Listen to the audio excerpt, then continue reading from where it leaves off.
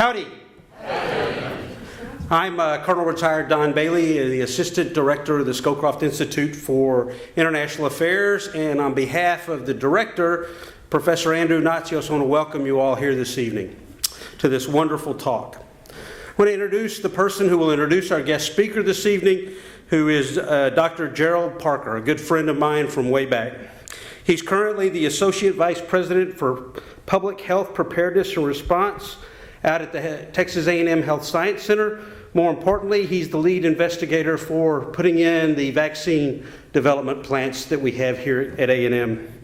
He served many years in the Army, 26 along with me, where he served as a researcher and also as the commander of Fort Detrick at one point. His last two jobs on active duty on government service, though, after he retired, was as the Deputy Assistant Secretary of Defense for the Chemical and Biological Defense, and also the Principal Deputy Assistant Secretary, Office of the Assistant Secretary for Preparedness and Response at the Department of Health and Human Services.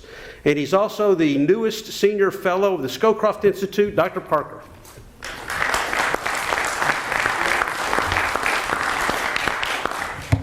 Thanks, Don. And it is an honor and a personal pleasure to be able to introduce our speaker tonight, Dr. Peter Hotez. Dr. Hotez is the Dean of the National School of Tropical Medicine and Professor of Pediatrics and Molecular Biology and Microbiology at Baylor College of Medicine, where he is also Chief of a new section of Pediatric Tropical Medicine and the Texas Children's Hospital Endowed Chair of Tropical Pediatrics. He is also the president of the Shabbos Vaccine Institute. Dr. Hotez is an internationally recognized physician scientist in neglected tropical diseases and vaccine development.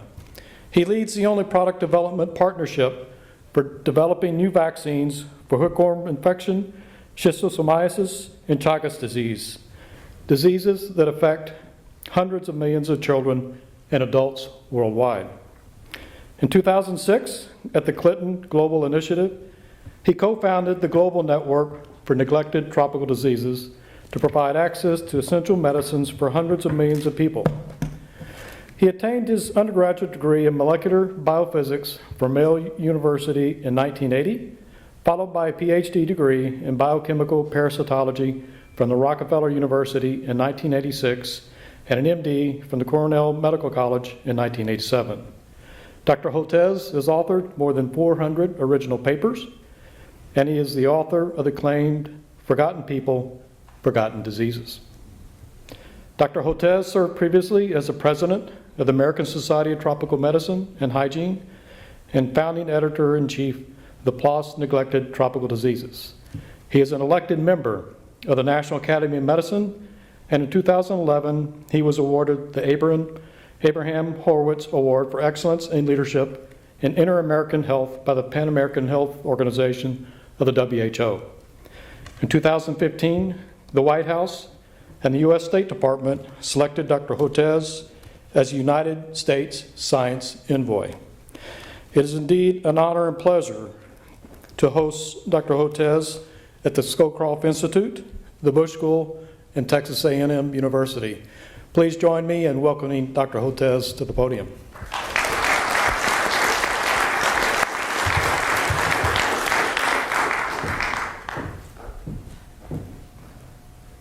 Thank you very much for that very generous introduction. Can everybody hear me okay? Well, thank you, Dr. Parker, for that great introduction, and thank you, Colonel Bailey. Unfortunately, that left us with no time, so we're done, I guess. What I'd like to do is to give you, first of all, howdy. And I've been here long enough to know at least that, and I'm so thrilled to be here. I'm always inspired when I come to visit Texas A&M.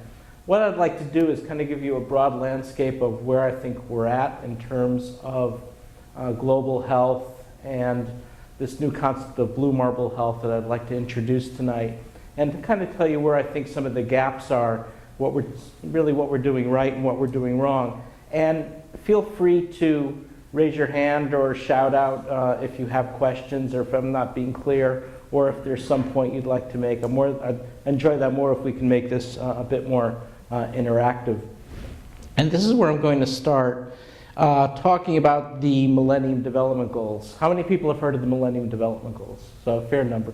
So there were these important agreed upon set of goals that was launched by Kofi Annan, who was then Secretary General of the United Nations, and he brought global leaders to UN headquarters to draft these goals to address people who live in poverty. And there were 3 goals that were related to health, number 4, 5, and 6.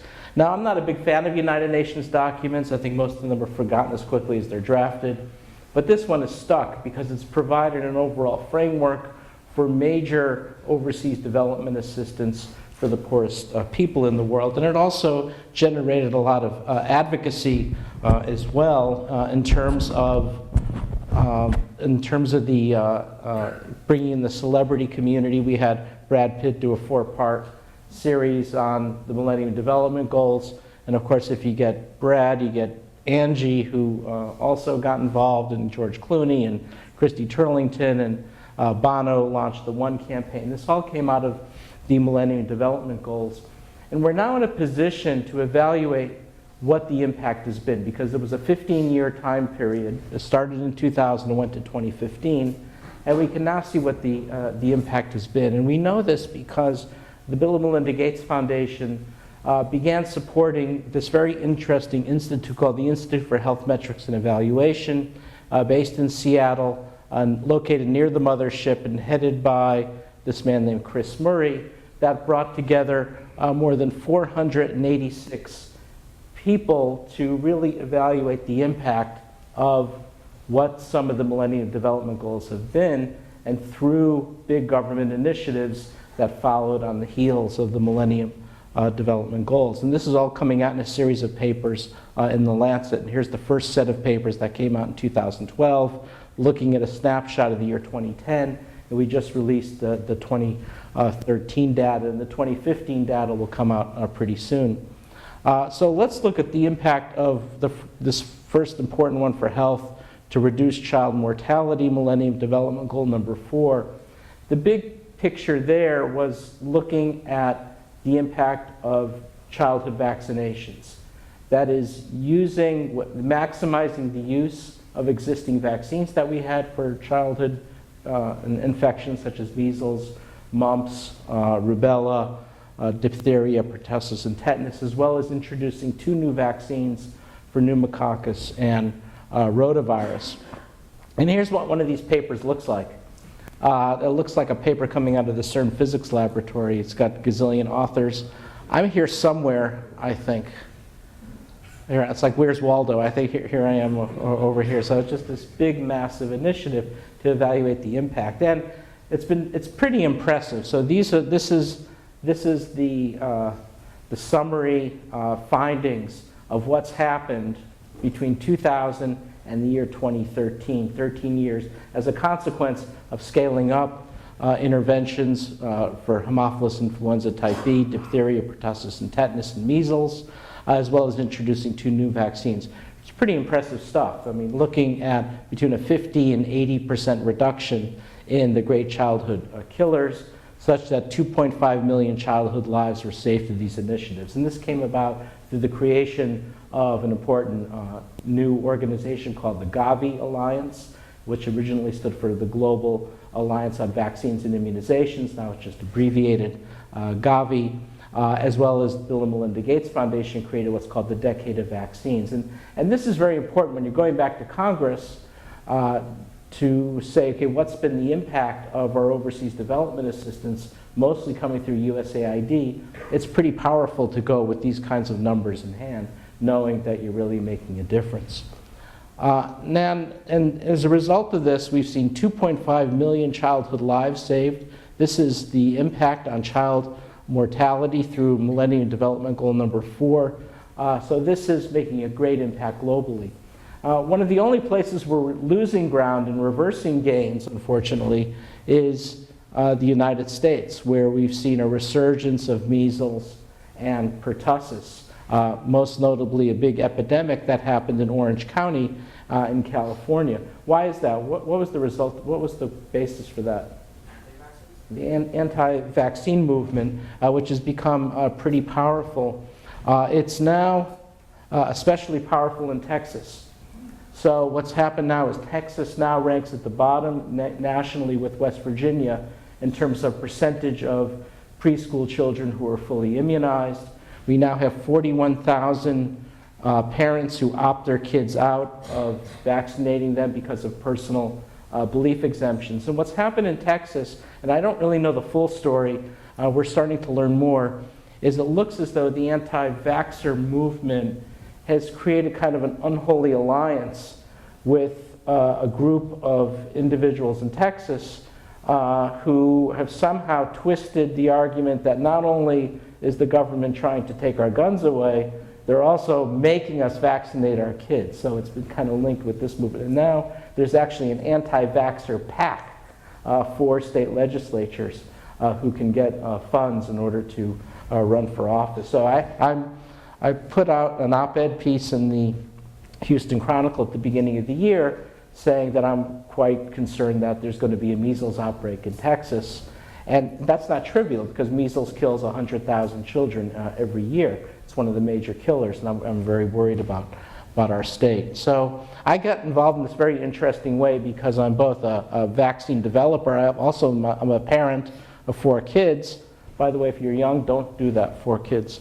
But my youngest daughter, Rachel, also has severe developmental delays and autism. And I come out in a very public way saying, you know, autism is very tough on families, and here's all the reasons why, but yet it's not related to vaccines. And I like to cite this paper, not from us, but it came out of Eric Korchesny's group at the University of California, San Diego, that finds that the structural changes in the brain of kids on the autistic spectrum disorder really start in the first and second trimester of pregnancy, long before you ever see a vaccines, in addition to all the studies showing there's no link between vaccines and autism. So this is an interesting battle that we're starting to fight in Texas, and we'll see how that goes. Well, what's happened now that's also concerning is, you know, the U.S. is very good at exporting Hollywood movies. We also are now exporting anti-vaxxer sentiments. There's Heidi Larson at the London School of Hygiene and Tropical Medicine has now created a vaccine hesitancy index by country. And we're starting to see now drop-offs in vaccination in places like India, Nigeria, the Republic of Georgia, and the former Soviet Union. And there we have to be especially concerned about the possibility that we're going to lose all of those great gains that we made through the Millennium Development Goals. And she's labeled this vaccine hesitancy. It's a bit of a euphemism. We've now, and I'm editor-in-chief of one of the public library science journals, we've now created a whole collection for vaccine hesitancy around this concept of country vaccination rates now starting to reverse gains and going down, in part because of the leadership of the United States for all the wrong reasons. The other big Millennium Development Goal that's related to health is this one here, and I'm going to spend a fair amount of time talking about this one, to combat HIV/AIDS, malaria, and other diseases. And we can attribute a lot of this to what was launched by President George W. Bush beginning in 2002-2003, for which PEPFAR was created, the President's Emergency Plan for AIDS Relief, as well as the President's Malaria Initiative under Admiral Ziemer. This is now one of these this is another paper looking at Millennium Development Goal 6. This is just half the author list now. So the papers are getting bigger and bigger. I always want to see if I'm still in here. Let's see. It's, well, you'll have to take my word for it that if you go down the H's, that'll show up somewhere here. Anyway, to go right to the punchline, it's the President's Emergency Plan for AIDS Relief, as well as the Global Fund, has saved 19 million lives from HIV/AIDS by putting people on antiretroviral drugs, and a 30% reduction in malaria cases and malaria deaths. Not as dramatic as Millennium Development Goal number 4, because we're using mass drug treatment and bed nets rather than using vaccines, but still having a big impact. And then there's this third component. So somebody had the bright idea of adding this third piece called other diseases. And that was a disaster from an advocacy point of view, because you can imagine you're not going to get Brad and Angelina standing up there saying other diseases, right? That would never happen.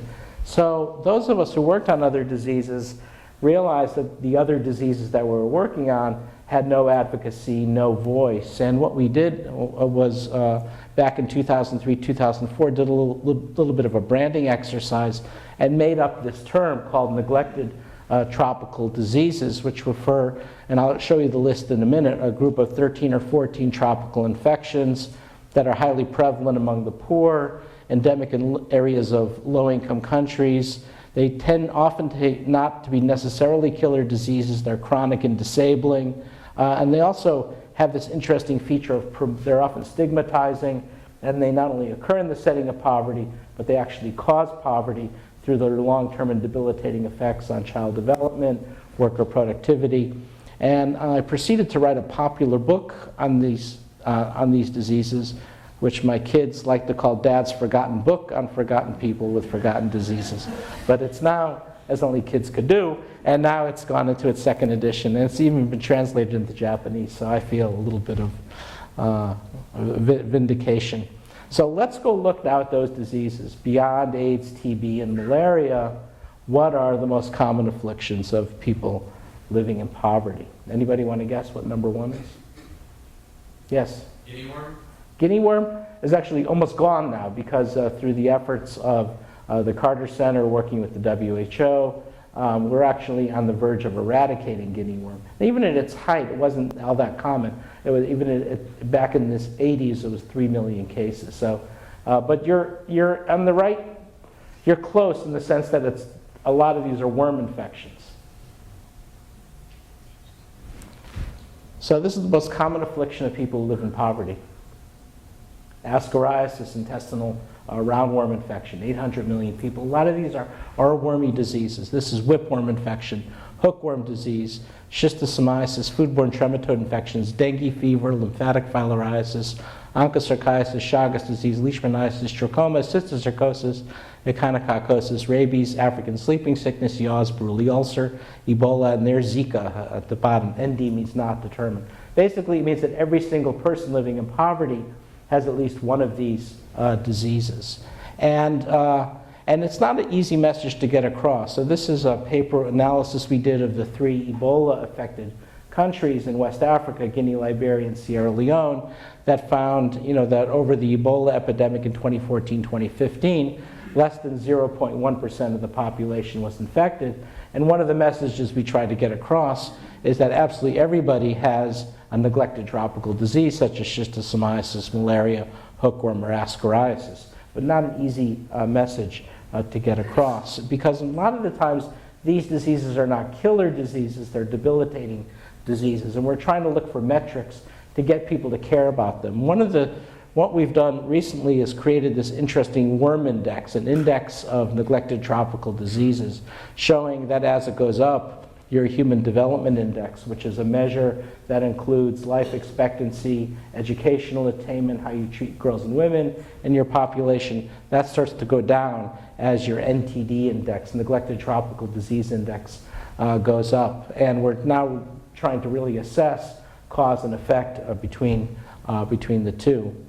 So what we did back in 2004, 2005, is we wrote 2 back-to-back papers on an interesting idea. One, the whole concept of neglected tropical disease, and then the fact that we could work with the major pharmaceutical companies to get them to donate medicines that they've made for another purpose, but could be repurposed towards mass treatment for a neglected tropical disease.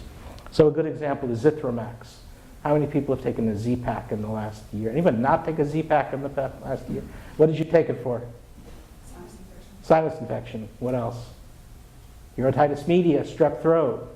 Pfizer makes a good gazillion dollars on it. It also works for a neglected tropical disease called trachoma. Another example is ivermectin, which is also known as Mectizan, was developed as a veterinary product by Merck and Company. It also works for river blindness and lymphatic filariasis. Or albendazole, which is also a deworming drug for cattle and sheep, works for intestinal worms. Or praziquantel, which was developed by Bayer, and then the German Merck KGaA, works for schistosomiasis. So we put this together as a package where we could do this for 50 cents a person per year, because it's once a year dosing, and could be administered by a non-healthcare professional like a school teacher or a community health worker. We put this together, and then what? And this is one of the take-home messages I hope to leave you with. This is why we need schools of public policy, because I can write all the papers I want in scientific journals, but unless you're going to go that next step and shape it into policy, it'll remain as a paper that will be read only by scientists and nobody else. And now, I was naive enough at that time to say, you know, at this time I was chair of microbiology at George Washington University, and I was working with two colleagues, one Alan Fennick at Imperial College London, David Molyneux at the Liverpool School of Tropical Medicine. They started taking taxis to go down to Parliament, and I took taxis to go to the White House and members of Congress. And I didn't really realize how lucky I was till after the fact. And that was after President Bush had launched the President's Emergency Plan for AIDS Relief. Everybody in the White House Office of Science and Technology Policy was so excited for it. They were looking for another straightforward, low-cost, big global health package. So my timing was impeccable. The other reason it seemed to work was it was an interesting time back in 2003 and 2004, because Republicans actually spoke to Democrats and Democrats actually spoke to Republicans, and we didn't have that same toxic environment like we have today. So anybody know who this is? This is the man Sam Brownback. Does that mean anything to people? He's the governor of Kansas. Back then he was a senator from Kansas. Anybody know Senator Brownback's political views? Very conservative. A little to the right of Attila the Hun, his political views. And we also got Patrick Leahy involved, a senator from Vermont. Anybody know his political views? To the left of Karl Marx, right? So, and yet the two of them were happy to work together to appropriate money for this purposes. And this guy over here turned out to be really important as well. And it's one of the reasons I'm here tonight. And I'm furious he's not here so I can show, well, you got to tell him that I showed his picture. But don't forget to tell him that he was also very important. Mark Diebold and Tony Fauci. And we got, what happened was we got $15 million appropriated. Now that may not sound like a lot of money, but for 50 cents a person per year, we could treat 30 million people. They've done this every year now, working through USAID. We just hit $100 million in 2014. Through this USAID Neglected Tropical Disease Program, we've gotten 450 million people on treatments. A billion treatments have been delivered. So again, this really goes to show you that the combination of science working with policy can be very, very powerful. And here's what we've done. We've now achieved big reductions in trachoma, lymphatic filariasis, river blindness, and ascariasis, to the point now where we can actually talk about the elimination of these diseases as a public health problem. For some of the other diseases like hookworm and schistosomiasis, it's not going down because of reinfection. We're going to need new technologies.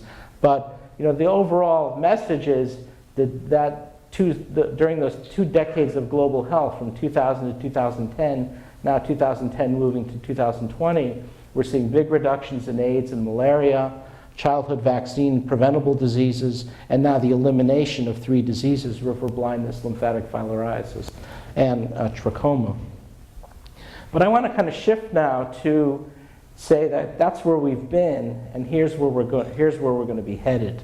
So the MDGs have now finished as of last December, and we've got a new set of sustainable development goals, of which there's 17 of them, and only one of them is devoted to health.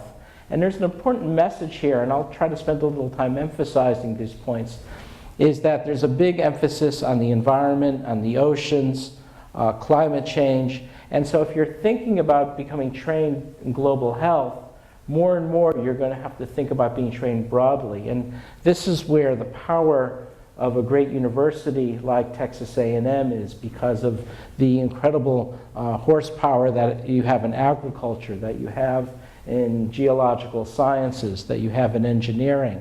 All of this is now going to have to be brought together in order to make a big impact on global health and development.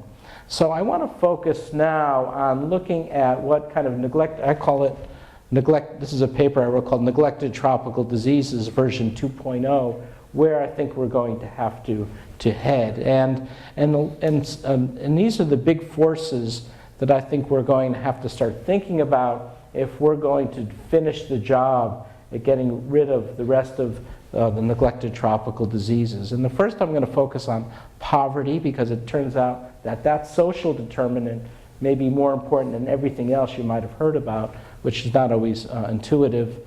I'm going to talk something about conflict and political destabilization, climate change, urbanization and human migrations, and deforestation. Everyone talks about climate change, climate change, climate change. I think it is a factor, but it's no more important than some of these others. And again, the message is this is why we need schools of public policy and institutes of public policy, because we need a mechanism to integrate all of these features. So let's talk about poverty first. I still think poverty trumps all.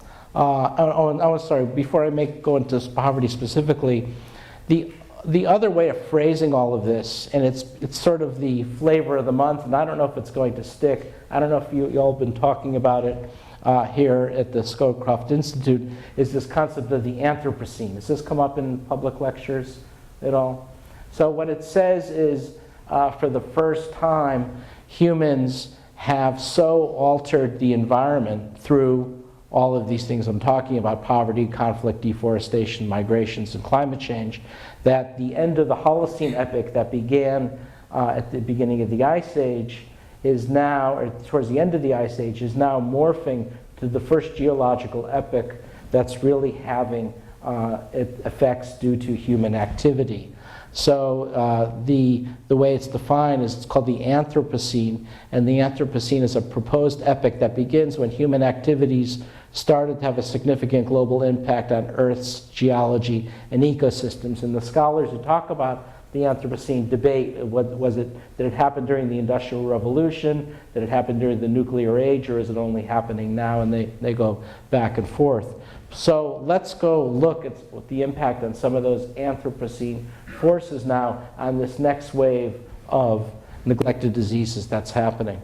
So the first is poverty. And I want to introduce a new concept that I've tentatively called blue marble health. And what it says is your father's idea of global health, the one that George W. Bush took on of developing versus developed, is morphing. And that's what's happening is all economies are rising now, including rapid economic growth in Africa, but it's leaving behind a bottom segment of society. So rather than the traditional concept of developing versus developed, it's looking at the bottom segment of societies in every country. And one of the most striking features that we've just come up with is, and it's a little bit counterintuitive until you think about it for a little bit, most of the world's neglected tropical diseases, including all the worm infections, dengue, Chagas disease, leprosy, are actually not found in the world's poorest countries. They're actually in the top 20 economies, the G20 countries. But it's the poor living among the wealthy that account for the lion's share of the world's neglected diseases. And what I'm showing you is a new global health map. It's a map that shows you where the disease and poverty is in the world's wealthiest countries. So let's look at a couple of these countries. China. Anybody been to China in the last year or two? A couple of years? Where did you go? Beijing. Incredibly wealthy city, right? You go into the western part of China, into Sichuan, Yunnan, Guizhou province, and you go back in time 60 years. Incredible poverty and widespread neglected tropical diseases. Or you go into southern Mexico and Chiapas State, or you go into northeastern Brazil, not necessarily in Rio and Sao Paulo, but into Pernambuco state. And this is where we're finding all of the world's neglected tropical diseases. So let's go to Zika, right? Zika, the epicenter of the Zika epidemic and where all the microcephaly cases are is in Pernambuco state in Bahia. Why is that? It's the poorest part of Brazil.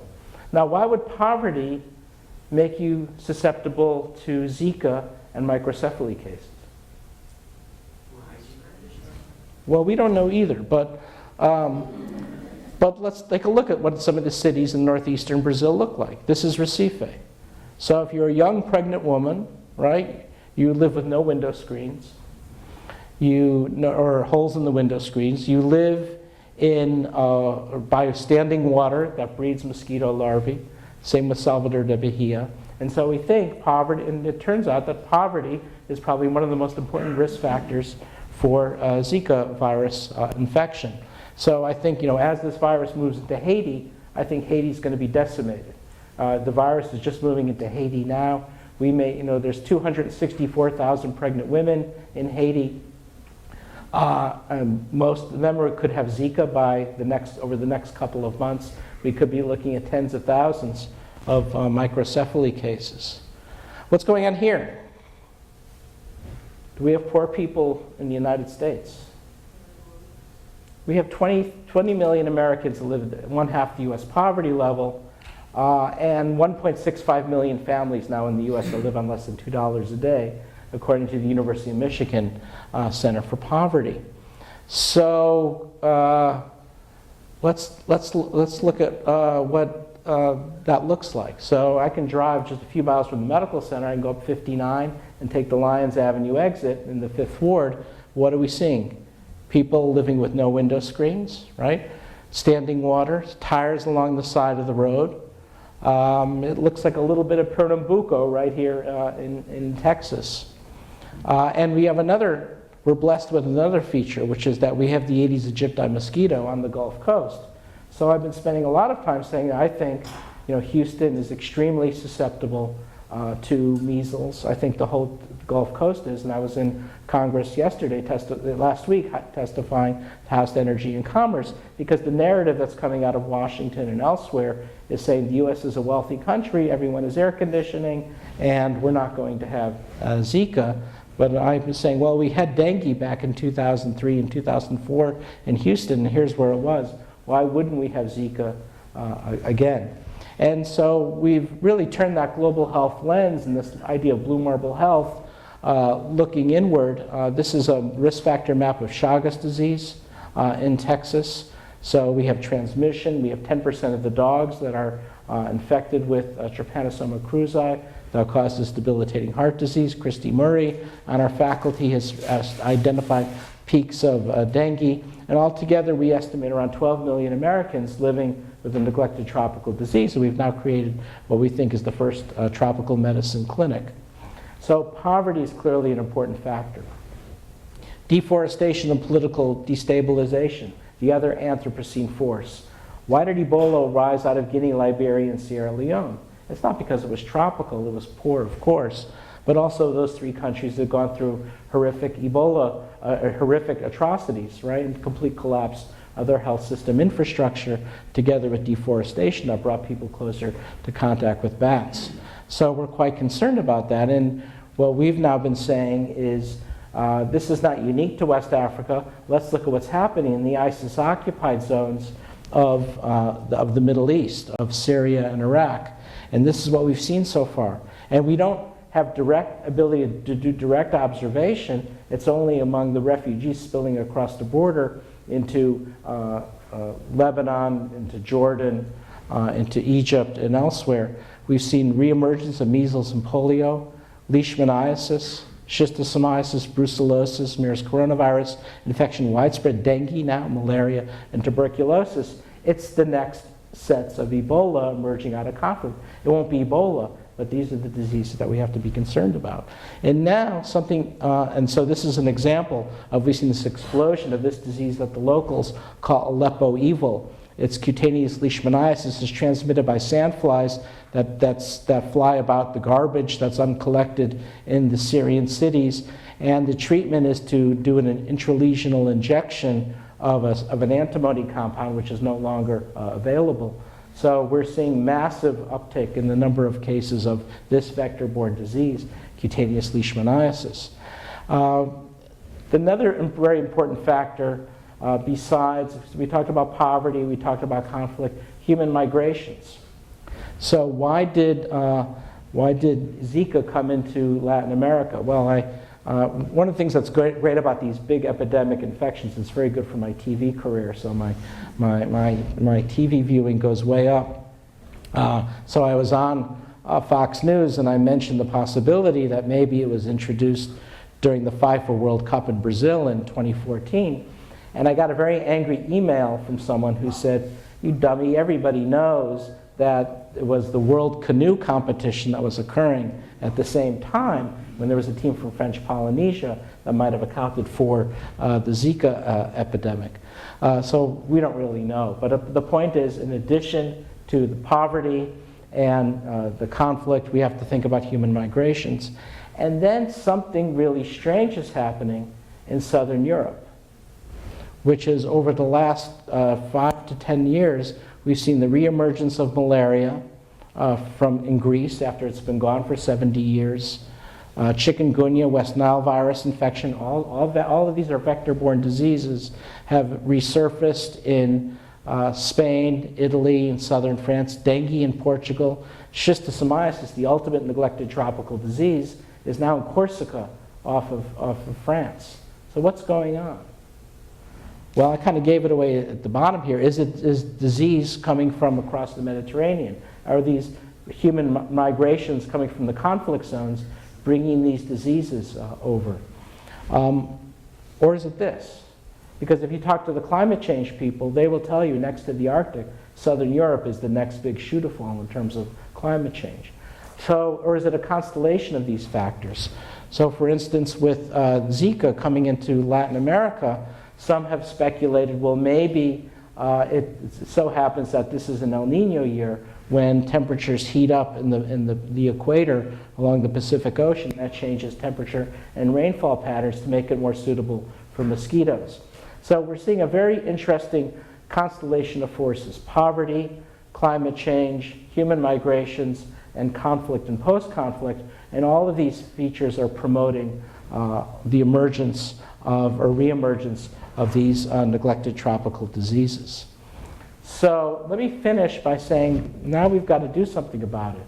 One of the things that we're very interested in is making vaccines for these diseases, and I call it vaccinating against the Anthropocene neglected tropical diseases, or the vaccines for blue marble health. The problem has been, how do we get those vaccines made and developed? And I know you're struggling with this here at Texas A&M. This is a paper, one of the first papers describing the Ebola vaccine that was put out by the NIH back in 2003. The technology was available more than a decade ago, but it sat there for a decade. Why? Because, well, tell me, why did it sat there with not being taken up by the big pharmaceutical companies? Yes? The people with the technology and the vaccine weren't particularly affected by the disease that had it.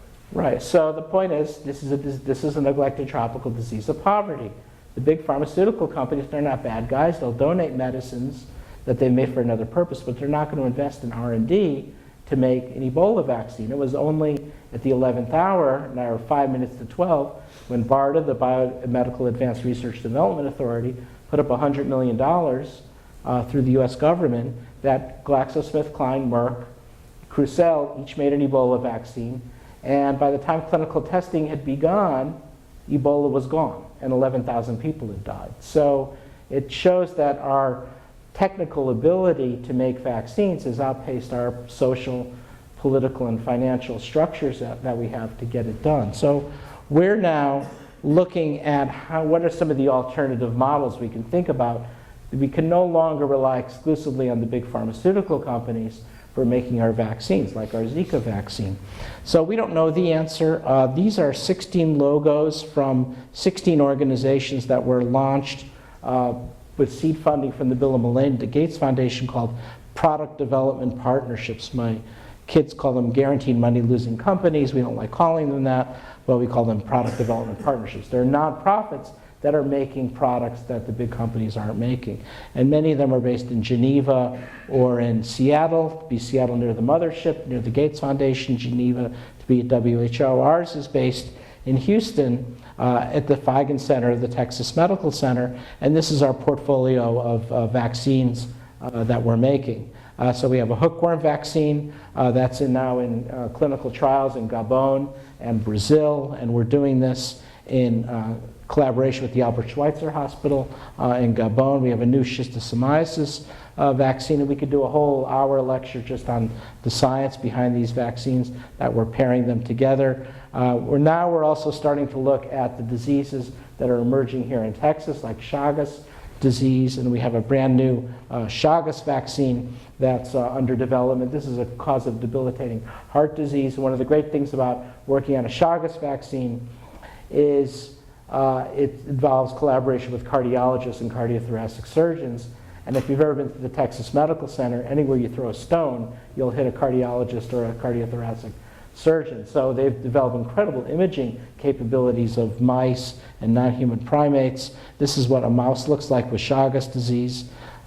We can even do, I don't know if we can do it here. Well, I won't bother showing you if we have more time, but we can do echoes on these mice to show that we're preventing that with our Chagas disease vaccine. And this is how I'll end by saying I think how we make the vaccine is going to be as important as what we make.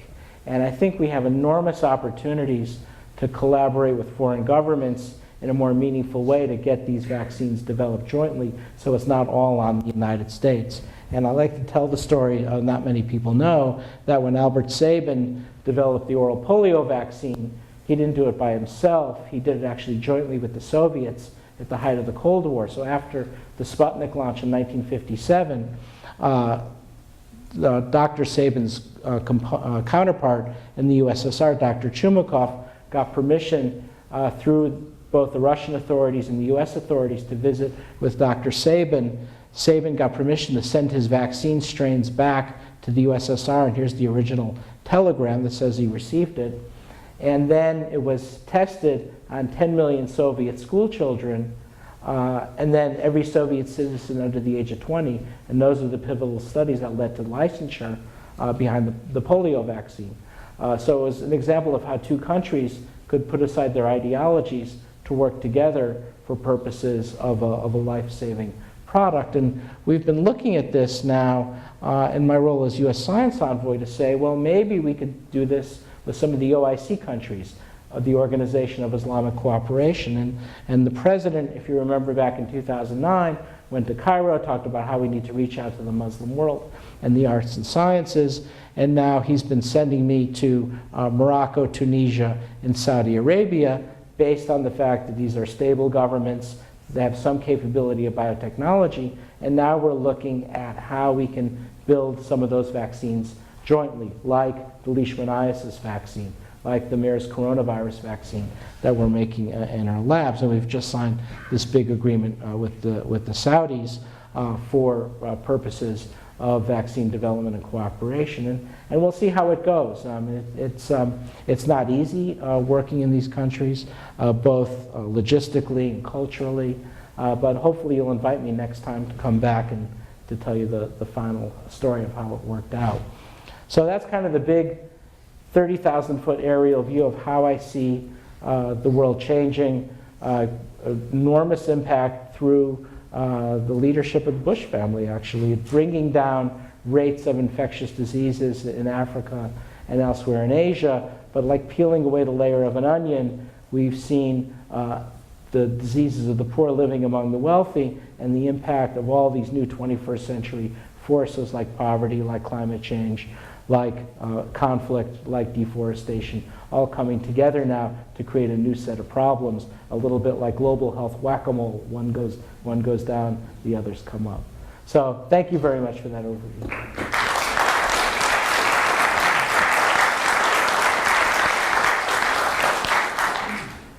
I know Dr. Hotez welcomes questions, and so we'll move into a Q&A session.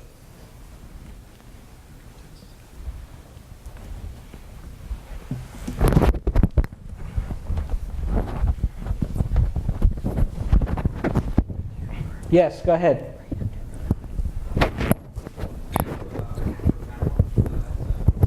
I don't know if we have a microphone. Maybe step up to the microphone so everybody can hear.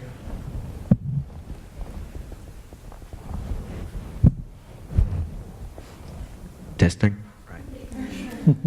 So I come from Panama, a country in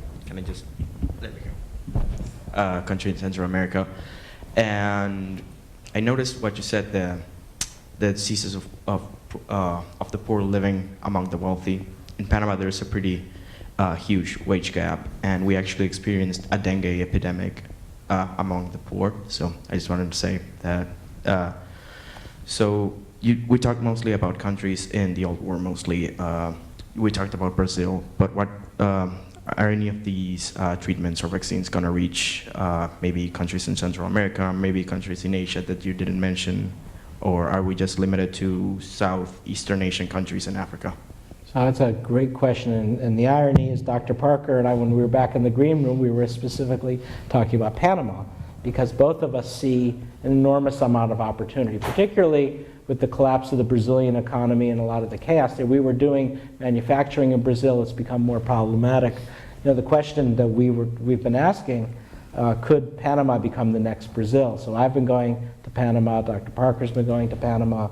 I think there's enormous potential because it's a stable government, stable economy, uses the US dollar, it's not a difficult place to work. I think one of the challenges is it's such a small country. A population of just over 3 million creates, in terms of its ability to garner resources, is a problem. But Panama is definitely a blue marble health country. They've just reported now on Zika in Panama, and it's spilling over from Colombia, and it's happening among poor individuals living near the Colombian border in the northern part of the country. I forgot the name of the area, but Darien. Well, yeah, it's in the northern part of the Darien, though. I forgot the name, but you're absolutely right. Panama is a perfect example of what we're discussing, and an example of a country that could do some very powerful things with the adequate political will. Thank you. Problem. It's going to require these are the most powerful economies in the world. It's not just having absence of resources. The resources in principle are there, but it's the political will among the political leaders to do something about our most vulnerable populations, and I would include that with the U.S. I think there was a question up here. Good evening, Dr. Hotez. My name is Robert Gidangan, and I'm a medical student here at the A&M College of Medicine. One of the things that I've noticed in American medical education today is that there's a tension that exists in trying to train healthcare professionals to care for the individual while putting pressure to think systemically and broadly. And as you demonstrated with the Sustainable Development Goals, it's becoming really evident that the welfare of populations in low and middle income countries are fast becoming dependent and influenced by other determinants besides health and medicine purely. So I have two questions. Do you think global health right now, the role of the physician is going to take a backseat to policymakers and legislators? And two, what do you think needs to happen in American medical education to start addressing systems-wide illnesses and approaches to disease?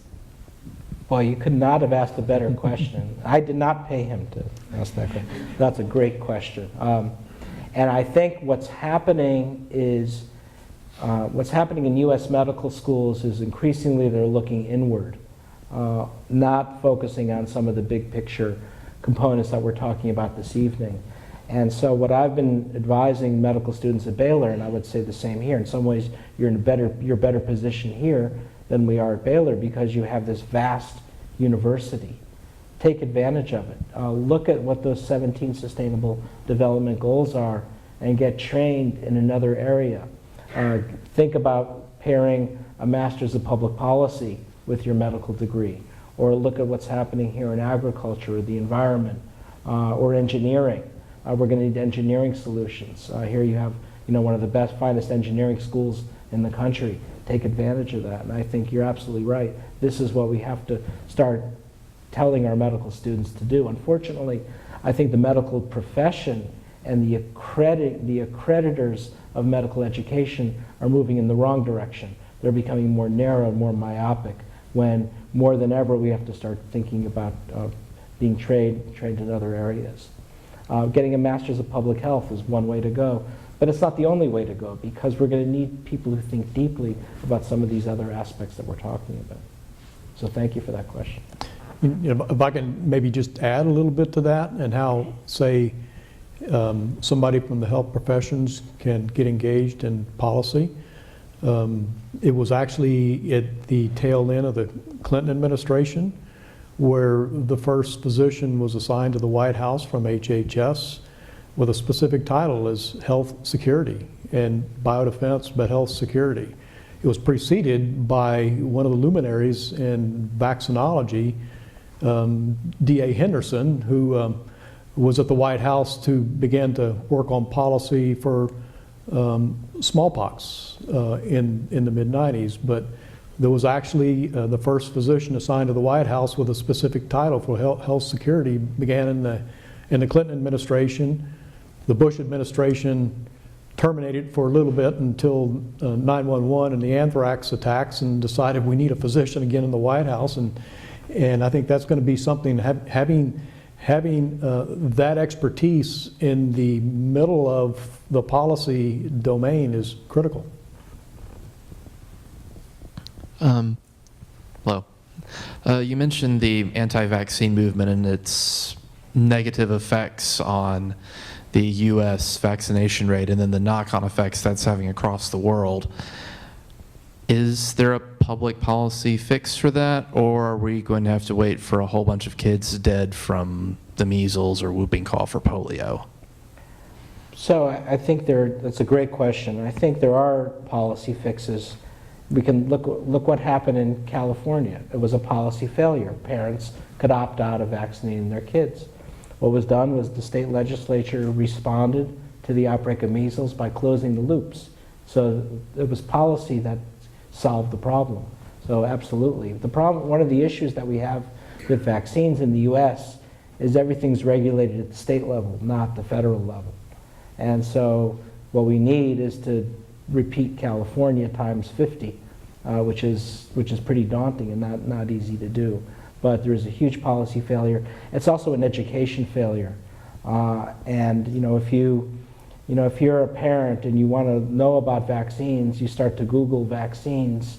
The first thing you see are a lot of anti-vaccine websites. And the way Google works is the more you start Googling anti-vaccine websites, the more likely you're going to get an anti-vaccine website every time you Google. So you can get a very stilted view of the world as a result. I think there's also a failure among our public health leaders regarding educating the public about vaccines. I mean, when was the last time you heard the director of our major agencies talk about vaccines, whether it's CDC or NIH, or the Secretary of Health and Human Services telling you to vaccinate your kid, or the U.S. Surgeon General? When was the last time you heard the U.S. Surgeon General say anything about vaccines? So I've turned that around. I'd say it's partly our fault. It's also the fault, I think, of us as physicians and scientists. We just are not very good. It's not that we're not good. We don't have the ambition to engage the public. I like to quote a survey that was done by my colleagues at Research America, which is a very nice policy group based in DC, looking at the whole research enterprise in the United States. And they completed a survey not long ago that found that 74% of Americans cannot name a living scientist. Of those who could, the number one scientist name was?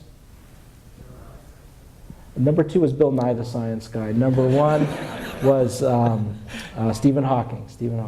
In the survey, some of it they published, some of it they didn't. One of the non-published parts was that a significant number of Americans believe that Albert Einstein is still active.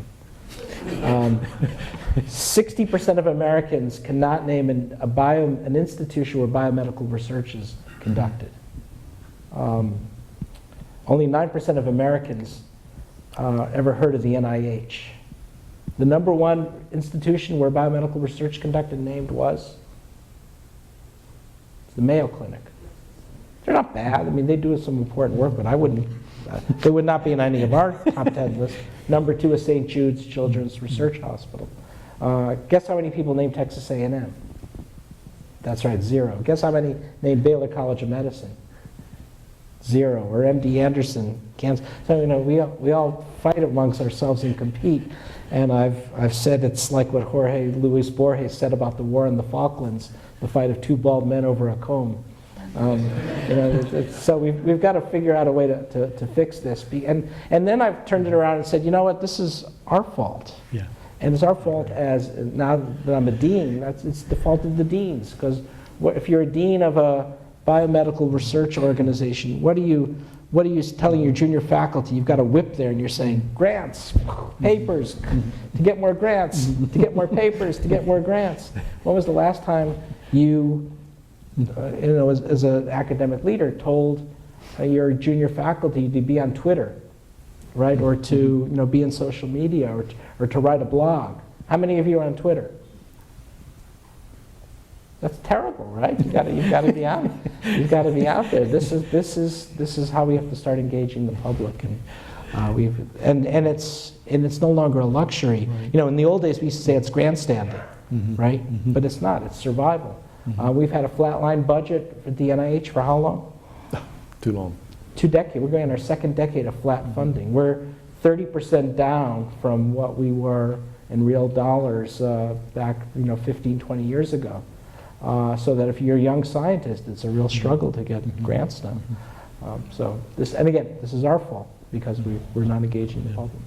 Yeah, and I think you said a key thing too, Dr. Hotez, is we all collectively need to do a better job also, not only in the communication, but collaborating and integrating, not only if it's just here at the Texas A&M University campus, but also with our colleagues across the state and across the nation in many of these hard challenges, which is not easy to do when we're all having to compete for the same grant money, et cetera, et cetera. But with that, we just have tremendous resources that we can figure out a way to collaborate and integrate better. We've got time for one more question. Hello. Is this on? Oh. Thank you so much for being here, Dr. Hotez. It's been a real pleasure. Kind of shifting, I'm actually in one of Professor Natsios' classes, and we were discussing the issue of human migration and making sure that the medical care, vaccines, other treatments that are making its way to these people are able to withstand the environmental situation that they are going into, because some of these things are more delicate than perhaps people would like in the medical profession. So can you speak to what's being done to make sure that the vaccines, the treatments going for these NTDs or other diseases are really suited to the environment that the people are traveling in, because they're not in easy urban environments sometimes? Right. So one of the things that we do when we're making our vaccines is stability testing, and we force the vaccines through temperature incursions to show that the vaccine is still potent and still safe and effective. But there is a problem. Most of our vaccines still require some degree of refrigeration. And the term that's used to describe this problem is the cold chain, that we have to keep vaccines at cool temperatures the whole way through. One of the big breakthroughs in the smallpox vaccine eradication program was it was able to be lyophilized. So you could produce something called dry vax that could be then reconstituted. And when it's lyophilized, it's much more stable. But that's not true of all of our vaccines. So this is a real problem plaguing the whole vaccine supply chain, is trying to figure out a way around this, how we can keep the cold chain intact. Ironically, they've been able to do it pretty well for Coca-Cola and beer. You can get in just about any low-income country. We need to take the lessons learned from Heineken and Coca-Cola and see how we can do that for vaccines. Well, Dr. Hotez, thank you very much, and I want to thank everybody for attending this evening and asking some excellent questions. And we want to, Dr. Hotez, let's give Dr. Hotez a big round of applause. Thank you so much. Peter, thank you very much.